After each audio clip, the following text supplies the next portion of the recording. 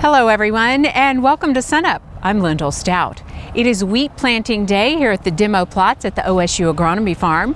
And joining us now is David Marburger, our Extension Small Grain Specialist. And David, give us an idea of what's going to take place out here today. Yep, so what we're doing out here is, like you just mentioned, we're planting our demonstration plots. So one thing we do in our program is we do our wheat variety trials. So we examine different wheat varieties that come in from public as well as private institutions, and we plant those around the state and test those and make that data, especially our yield data, available for our producers.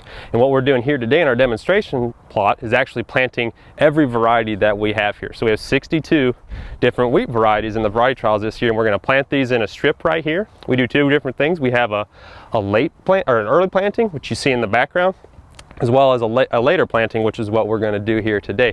And we use it for what we kind of said, their demonstration. It's really more of a way for people to see the different varieties, and then also to use it as a different teaching tool. So we'll have some of our plant and soil science classes come out here and maybe look at different things that might be going on in some of these different plots. It's always an exciting time wheat planting, no matter what's going on. You mentioned there are demonstration plots here and then variety trials around the state. Tell us how that's set up and why it's important to get the data that you then turn around and share with producers. Yep. So we have 21 different sites across the state, and we will take, like I mentioned, those varieties that come in, and we will test some of those varieties at those different parts throughout the state, and we use replicated, scientifically based replicated data that we will take those plots to yield and then make that data available for those producers. So for the next year, when they're looking at their different seed choices, they can take that data and help make a better variety selection for something that will work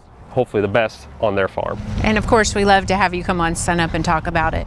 In general, give us an idea of how wheat planting is going around Oklahoma right now for growers. Well, actually right now we had our latest USDA report came out on Monday, and we're tracking pretty close to our 5-year average. The USDA is estimating we're about 83% with our acres planted.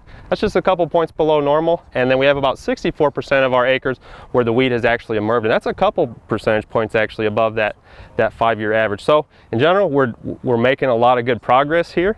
Earlier on here in October, we had great soil moisture conditions in a lot of places, and unfortunately right now, as we're kind of getting on the back end of planting here, it has been a lot drier, and it looks like it's going to continue to be dry for quite a while. So hopefully we can catch some rainfalls here and really give us some good conditions to help get that wheat established. And of course that Oklahoma wind, comes around every so often too, as we know. Of course. Okay, David, we'll let you get started, and thanks a lot for this great information. All right, thank you.